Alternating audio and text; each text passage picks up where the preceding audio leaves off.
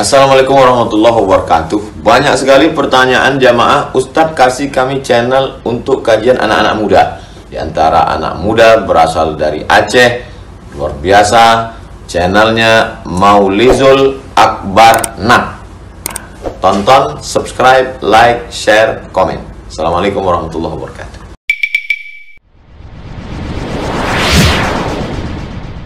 Apa saja sekarang langkah-langkah yang bisa kita orang tua lakukan untuk menanamkan keteladanan baik, ya, bukan yang buruk, ya, keteladanan baik pada anak-anak kita. Ya, ini saling menasehati sesama kita, ayah bunda, ya.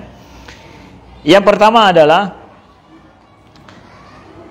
nampakkan kalau kita itu menjaga ibadah, karena kita mau anak kita lebih baik ibadahnya dengan kita. Maka nampakkan kalau kita itu memprioritaskan ibadah dalam hari-hari kita. Siapa ayah bunda yang mau anak nggak mau sholat? Nggak ada yang mau. Saya mau anak-anak mau sholat. Anak-anak harus melihat teladan itu, orang tua memprioritaskan sholat, ya. Ayah bunda yang dimuliakan Allah, nampakkan, jadikan anak melihat kalau kita memang memprioritaskan sholat, memprioritaskan ibadah hari-hari. Kalau kita memang mau anak kita meneladani kita dalam masalah sholat, ya. Kalau dia tidak dapatkan ini dari orang tuanya, maka jangan salahkan kalau di tempat ngaji, di sekolah, anak juga disuruh sholat sama guru, dia iplong likut, ya, kagok kabeh semayang baru kahanangan le baru dia Allahu Akbar, ya. Dia tidak dapatkan itu, prioritas itu tidak dapatkan dia sama orang tuanya. Sehingga gurunya menyuruh sesuatu yang dia nggak dapat dari orang tuanya, sesuatu yang nggak full. Tapi pada saat dia dapatkan orang tuanya di rumah, dia dapat begitu, guru juga begitu, klop begitu, mudah, ya, nggak 50-50, ya, nggak setengah-setengah dia. Pekerjaannya nggak setengah-setengah, ya. Jadi sedari dini kita semua ingin jadi keluarga yang baik, insya Allah semua jadi keluarga yang berbahagia, ada anak-anak yang soleh.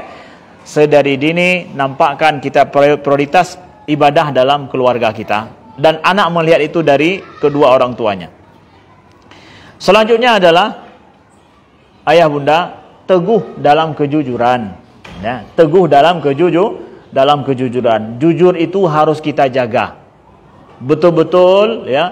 Kalau kita apa yang kita ucapkan itu kita pegang dengan anak kita. Ini mungkin dari dulu-dulu sering kita katakan, ya, tentang masalah jujur ini. Makanya di sekolah kita juga untuk anak-anak kelas 2 ini juga ada kita ajarkan, memang dalam setahun ini temanya semua masalah jujur dan haram berdusta, kejujuran, ya, kita tanamkan sama guru-guru juga. Maka orang tua di rumah juga harus menampakkan betapa bahwa kejujuran, berbohong itu suatu yang dosa besar. Enggak, betul-betul sesuatu yang mengerikan. Anak-anak merasa bahwa kalau berbohong, ibunya juga bisa terkejut gitu. Ayah, adik kok berbohong? Ya, bilang begini sekarang bilang begitu, sesuatu yang aneh gitu, ya. Jangan nampak hal yang biasa, ya. Kalau kita udah janji sama anak kita, tunaikanlah janji itu. Sebagaimana suatu ketika Nabi, ada seorang ibu datang ke rumah Nabi, dia kemudian memanggil anaknya untuk dia berikan kurma, ya. Lalu Nabi tanyakan, apakah betul engkau akan memberikan kurma? Betul ya Rasulullah, aku akan berikan kurma kepadanya. Kata Nabi, kalau engkau tidak memberikan, maka ditulis engkau berbohong, walaupun sama anakmu, ya. Jadi manggil untuk main-main, kita bilang, mari Pak pulang ke rumah, ada apa? Ada pisang goreng. Padahal kita mau suruh dia cepat pulang biar mandi atau apalah, kita bujuk dia biar ini. Tapi dengan cara berbohong itu kesalahan fatal. Apalagi sama orang tua. Walau sifatnya hanya membujuk, Ustaz. Ya, dia kan nggak salah, anak sendiri. Enggak, itu fatal sekali. Nggak boleh. Harus teguh dengan kejujuran. Walau main-main, nggak boleh berbohong. Memangnya anda Pak serius-serius hudek man. Kemandung main-main saja but. Ya, anak-anak kan main-main aja kerjanya. Udah kita pun sambil main-main pun berbohong. Jadi gimana dong? Ya, Tidak boleh. Jadi harus diingat betul itu. Prinsip penting dalam masalah keteladanan hidup. Kemudian keteladanan baik juga bisa ditanamkan melalui dengan anak kita nonton TV ataupun juga mungkin nonton HP ya. Kalau dia menonton atau melihat di pasar atau melihat sesuatu yang tidak benar, itu terus terang dengan perasaan kita dan katakan kalau itu tidak baik, tidak baik. Walau terlihat di depan mata dia, katakan itu tidak baik. Kamu kalian, ya. Perasaan kita apa ataupun menurut kita apa ini tidak benar, tidak wajar, sampaikan itu di depan anak kita walau sudah kelihatan sama anak. Ya, ini penting. Kenapa? Ini menanamkan norma dan nilai kepada anak. Anak sebenarnya dia nggak paham apa-apa yang dia lihat, apalagi yang baru-baru dia nggak paham. Tetapi nilai baik tidak baik itu dipahamkan oleh orang tua. Ya, dipahamkan oleh orang tua. Nah, anak-anak nonton untuk kartunnya kita sudah lihat, misalkan kita seleksi, bagus filmnya ini bagus. Tapi ada satu hal yang ada kata kasar ataupun main pukul-pukul, sudah dinonton, silahkan kita kasih tahu yang mukul-mukul itu tidak baik begitu hidup begitu. Kata-kata kasar sama kawan seperti di film itu tidak baik. Nah, bagus, itu dapat sebuah teladan sama dia. Oh, yang itu nggak baik ya. Jangan pikir anak sudah tahu kok. Drone yang kan depu aja yang depu. Menyakaim di kalon lagi nya, nanti dia akan ikut. Kasih tahu sama anak kalau itu tidak wajar, kasih tahu. Jadi media pembelajaran sama dia. Ya. Berapa waktu lalu saya bawa pengalaman pribadi, saya bawa Amru ke Jakarta. Dan itu belum pernah saya bawa. Sekali saya bawa pakai pesawat, saya bawa untuk saya kasih tahu bahwa Jakarta itu beda dengan kita, ya. Kan dia lihat hal yang aneh-aneh di sana, di Aceh, di sana orang pakai, ada di airport pakai celana pendek yang lain, ya. Macam-macam dong kan, ya. Di situ saya ajarkan bahwa apa bedanya dengan Aceh. Kenapa di Aceh abang nggak dapat begini, kenapa di sini dapat seperti ini, ya? Kenapa model orang seperti, saya ajarkan apa yang dia dapatkan. Sebuah nilai biar dia tahu bahwa ini tidak wajar, tapi sebabnya kenapa, ya? Ya, kenapa di sana tidak ada? Itulah istimewanya Aceh. Istimewanya beda Aceh dengan Jawa, beda Aceh dengan tempat lain. Kita bangga di Aceh seperti ini, ya. Biar ada unsur dia senang dengan, oh, berarti betapa senangnya kita di Aceh. Hal-hal yang tidak wajar didapatkan ketika pergi makan, ketika pergi ke taman mini, hal-hal yang tidak wajar, tapi kadang tidak bisa kita tutup, nampak. Nah, tapi ketidakwajaran itu jangan lewat seasalnya. Asal pokoknya kalilah tersimpan dalam pikiran dia. Kita nggak ngomong apa-apa, itu tersimpan sama dalam pikiran dia. Kalau kita tidak menganggap itu hal, tidak menjelaskan padanya tidak wajar, dia akan menganggap itu hal yang biasa saja, lumrah. Nanti kalau dia lihat sekali lagi setelah itu nggak ada berdosa, dia nggak merasa bersalah. Dia pernah sama orang tuanya pergi, orang tua nggak ada bilang apa-apa. Nggak boleh, ya. Kalau ada yang hal nggak wajar di depan dia, kita kasih tahu, sehingga nanti dia akan menghindar dari itu, karena sesuatu yang salah. Nah, itu penting, ya. Kita tanamkan sesuatu nilai, ya, perasaan kita terhadap sesuatu kita kasih tahu. Kalau seandainya dia dapat hal tidak wajar, urang melai pasai atau urang raya-raya sui pasai, ya, tapi teh bahwa ketika ajuk anak tanya, ya, senang nggak dengan orang-orang seperti itu? Nggak. Abang jangan sampai seperti itu, ya. Tak pegah, tahu pasai ho yang tajam, senang hana wajar menurut tanya, tapi teh anak tanya. Dia akan selalu mendengar kita kemudian, ya. Kemudian juga ayah bunda, anak kita kan sedang belajar ini, sedang di sekolah. Sekolah itu kan identiknya dengan apa? Baca buku, ya. Baca buku, hidup dengan buku, ya kan begitu. Nah, senang tidak, saya tanya ini, anak-anak kita itu suka baca buku, senang? Senang. Usaha apa yang tanya? Usaha kamu senang tak laginya? Ya, senang anak kita suka baca buku, senang. Senanghan anak drone senang tidak kalau anak-anak melihat ayah ibunya baca buku?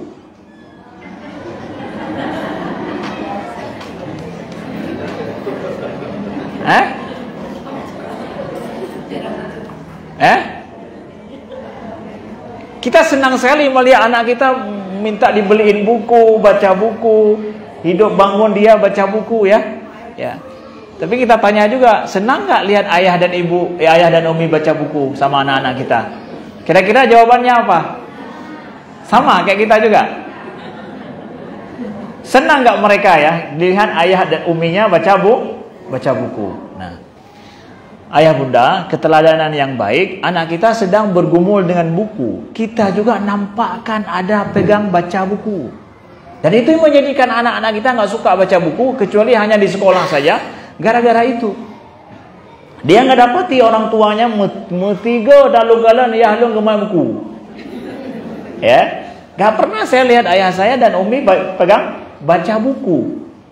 Kita nggak perlu banyak loh buku di rumah. Ada 5 saja buku, ada tata solat lengkap ya. Apa ya? Tuntunan solat lengkap, jujit, ada masalah, nah tabo ya. Ya. Kemudian pelom yang lain ya. Doa dan zikir pagi dan petang misalnya nyan tagai buku kita yang na tata taman ya. Hai ta doa tapi mah taman tata taman kan? Ya. Tapi anak melihat teladan orang tuanya ada dengan buku. Itu harus terlihat sama anak. Jadi kita mau anak kita banyak baca buku, hidup dengan buku, kita nggak pernah menampakkan itu, nggak mungkin. Nampakkan sama biar ustazah dan ustaz aja yang melihatkan itu. Kita mau orang tua jadi teladan. Jadi teladan, mesti begitu. Nah, maka maaf cakap, mungkin anak saya suka dengan buku di rumah, banyak minta beli buku ya karena mungkin dia lihat ayah dan uminya hidup dengan buku. Nah, maka ada lemari khusus, satu lemari mereka dengan buku semua, minta beli lagi yang lain. Kenapa? Sering ya saya ketika lihat Abi lagi baca buku, nggak boleh diganggu, ya udah dia ambil buku sendiri baca juga ya, karena emang dia lihat kita membaca buku ya. Dia juga pasti punya banyak buku di rumah ya, buku untuk dia ya. Begitu juga sebaliknya, kalau dia nggak pernah lihat orang tuanya baca buku, dia nggak akan suka juga dengan buku, padahal dia sedang dalam dunia buku ya. Masa pendidikannya dalam dunia buku itu. Nah, dunia ilmu dengan buku itu.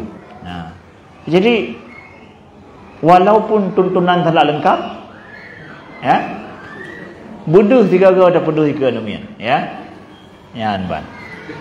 Iya dah nami mampu ya, hana betul-betul itu mayang lom.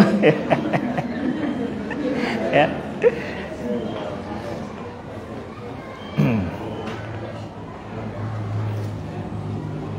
Baik, kemudian selanjutnya adalah kalau seandainya, ini untuk keteladanan, anak kita melakukan kesalahan, maka jangan dilewati, tegur dengan cara yang bijak. Dan kalau seandainya dia melakukan yang kita melakukan kesalahan, minta maaf kepada anak kita ya. Dia melakukan kesalahan, kita tegur dengan bijak, jangan kita biarkan. Kalau kita melakukan kesalahan di depan anak kita, minta maaf sama anak kita. Jangan malu-malu minta maaf kepada anak. Ya, saya sangat apresiasi sekali dan senang melihat orang tua yang berani minta maaf sama anaknya. Dia sedang mengajarkan anaknya minta maaf ketika bersalah dengan orang lain. Ya. Kita yang berani minta maaf di depan anak, kita mengajarkan anak kita biasakan minta maaf kalau bersalah sama orang lain. Ini adalah sesuatu yang akhlak yang luar biasa. Berani minta maaf ketika bersalah. Maaf cakap, ini dalam kebiasaan orang Aceh jarang ngetata lagi ya, jarang lagi ya. Maaf, mungkin orang Aceh pidi mentah mungkin iluahana, Aceh lain mungkin namna ya. Pada adat orang lain biasa minta maaf sekali, minta maaf, itu sudah jadi adat kebiasaan mereka. Mau betul-betul minta maaf atau hanya untuk untuk ramah saja, minta maaf juga itu biasa ya. Kadang dari orang Aceh hana damnan. Ya, mungkin orang Aceh yang saya jumpa ya, nggak beda dengan orang Aceh yang ibu jumpa. Tapi adab meminta maaf ya, kalau kita bersalah itu adalah hal yang sangat bijak dan santun sekali, dan biasakan sama anak kita itu. Oh Ustaz, kalau saya maaf sama, kalau saya salah sama anak saya, iya. Kalau sama ayahnya, kalau dia melihat hal yang tidak wajar kita sama ayahnya atau kita sama ibunya, minta maaf sama anak kita. Ya, minta maaf sama anak kita supaya nggak dia teladani itu nanti. Nggak dia teladani itu nanti. Mungkin ibu merasa marah sekali sama suami. Ya, itu biar tikrek haba dua krek haba lagi gelantar tak itu biar. Ya. Roh itu biar daju. Ternyata dia dengar dia anak tanya. Ya. Itu kita minta maaf sama anak kita. Maaf tadi Umi marah karena ini. Sebenarnya tidak wajar si Umi seperti itu. Dia tahu itu. Berarti nanti kalau dia ngomel sama kita atau keluar kata kasar, dia akan berani minta maaf. Maaf ya. Ya. Maaf ya. Ya. Ya. Jadi ada si kecil saya yaitu Hamzah itu, karena kami ajarkan minta maaf sering, sampai pupu mata minta maaf ke hanam pu bika maaf di home. Ya. Ya, hal-hal yang tidak menurut kita tidak wajar minta maaf. Kenapa? Ya, karena sering kita minta ajarkan dia untuk minta maaf. Tapi ya dia sudah belajar mempolakan di mana saja harus minta maaf gitu ya. Ya. Tapi begitu penting kita ajarkan sedari awal. Ya. Kalau kita salah sedikit tutur kasar, ya saya juga mengatakan kepada istri kalau tiba-tiba gitu agak kasar, itu enggak wajar nampaknya Umi, minta maaf tuh. Nampaknya menurut saya enggak wajar gitu. Udah minta maaf langsung. Anak juga dengan mudah minta maaf sama yang lain kita nanti. Itu penting sekali, ya. Begitu juga berterima kasih, sama juga ya. Kalau dia berbuat baik, kita ucapkan terima kasih, jazakallahu khairan, karena sesuai dengan sabda Nabi, man lam yashkurin nas lam yashkurillah. Siapa yang tidak bersyukur kepada manusia, sama dengan dia nggak mampu bersyukur kepada Allah. Ya, kesyukuran kita kepada Allah sesuai dengan hadis Nabi berarti dimulai dengan kebiasaan, kemampuan kita berterima kasih dan mensyukuri manusia. Jadi mensyukuri, berterima kasih kepada orang lain itu adalah bentuk tahapan kita belajar bersyukur kepada Allah sesuai dengan hadis Nabi. Ya, man lam yashkurin nas lam yashkurillah. Siapa yang enggak dia mensyukuri, tidak mampu berterima kasih kepada manusia, enggak mampu juga dia bersyukur kepada Allah. Itu juga keteladanan yang bagus, penting di rumah untuk kita nampakkan kepada orang tua kita. Nah, maka dari sini ibu-ibu dan ayah-ayah, bunda, hati-hati sekali ya, menyena krek-krok duana, benai ke nami, jangan pernah di depan anak-anak. Ya, kalau ada sedang mau ngomel, jangan nampak sama anak-anak, jangan. Dari sisi ilmu keteladanan ini bisa merusak. Ya, anak merasa khawatir, anak merasa takut. Orang tuanya ka bunge-bunge, padahal tanya bunge tiga pantah, tiga lom jilahi bika lebih daripada nyan lom. Ya. Ya. Ya. Tapi ketika dia sudah ada, jangan pernah nampak itu. Ya. Itu menghilangkan keteladanan dan rasa percaya anak kepada ibu dan ayahnya. Ya, jangan nampak itu. Ya, kalaulah bisa nanti anak pergi sekolah, baru katanya dua ada di rumah. Ya, bebas. Ya. Ya. Atau lam kama kunci pintu kan perleh tiga cit ya. Ya, itu jangan pernah nampak sama anak, itu betul-betul ya. Kita harapkan tidak ada itu terjadi, tapi kalau harus terjadi juga dalam koridor yang sempit, anak-anak jangan melihat. Nah.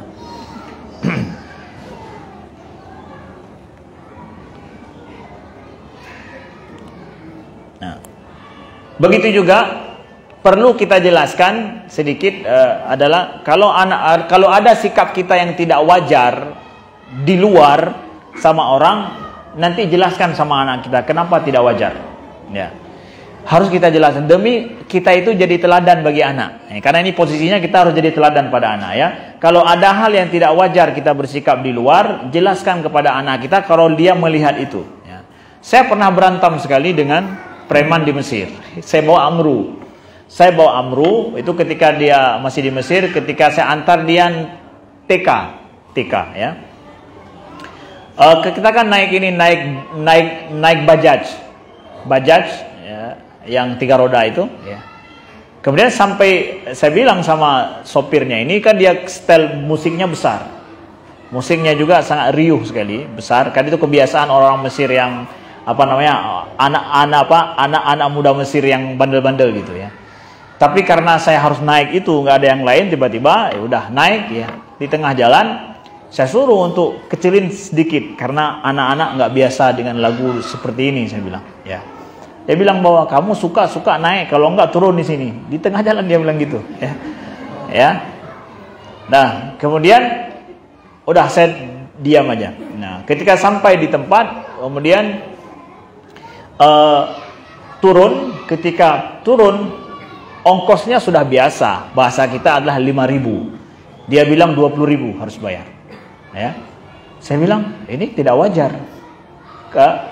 5.000 kamu ambil atau kamu tidak ambil, silakan saya taruh di situ 5.000. Itu yang wajar. Ya. Ternyata dia nggak mau terima. Ya. Kemudian, ya terjadilah bahasanya. Ya, bahasanya bersikeras. Ya. Amru kan takut, dia khawatir. Ya. Sampai akhirnya datang, ada polisi Mesir datang meleraikan, artinya bahwa jangan sampai terjadi yang itu. Kemudian saya kasih tahu sama Amru setelah itu, kenapa Abi bersikeras? Abi punya uang 20.000, bisa Abi kasih gitu. Tapi kita punya hak mempertahankan hak kita.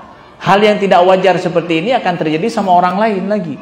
Dia harus tahu orang Indonesia itu nggak bisa suka-suka hati dia rampok. Ya. Kalau Abi begitu membiarkan begitu, nanti orang Indonesia dipikir sama begitu, mudah dirampok begitu. Gak bisa. Orang Indonesia juga mampu untuk mempertahankan diri. Kita dizolimi, pertahankan diri. Nah, sampai hari ini dia ingat itu, ya. Artinya hal yang tidak wajar terjadi, tapi ada pesan penting kita kasih tahu sama anak kita. Ya, begitu juga pernah saya ada anak-anak Mesir yang mencoba dulu itu mukul si Amru gitu. Mukul Amru yang masih kecil, ya. Kemudian saya pukul seperti dia memukul itu. Saya kasih tahu kalau orang menzalimi kita pukul balik itu adil. Tapi kalau kita maafkan juga boleh. Tapi karena ini orang bandel, anak bandel, dia harus dapatkan hal seperti jangan dengan mudah mukul anak orang lain lagi nanti. Dipikir dengan mudah dia mukul anak orang tanpa mendapatkan balasan. Jadi Abi pukul bukan gara-gara marah atau jahat Abi sama dia, enggak. Dia harus dapatkan keadilan yang sama. Nah, artinya itu pesan. Tidak wajar saya lakukan, enggak biasa, tapi itu pesan bagi dia. Nah, hari ini juga mesti dia ingat kalau pernah saya pukul anak Mesir gara-gara dia memukul Amru sampai nangis gitu. Saya pukul dia demi mendapatkan hak yang sama. Artinya begitu. Hal yang tidak wajar terjadi, kita ajarkan apa pesan moral di situ. Jangan dipikir anak kita mungkin belum sanggup mencerna apa yang terjadi sehingga dia di situ ada pesan kebaikan.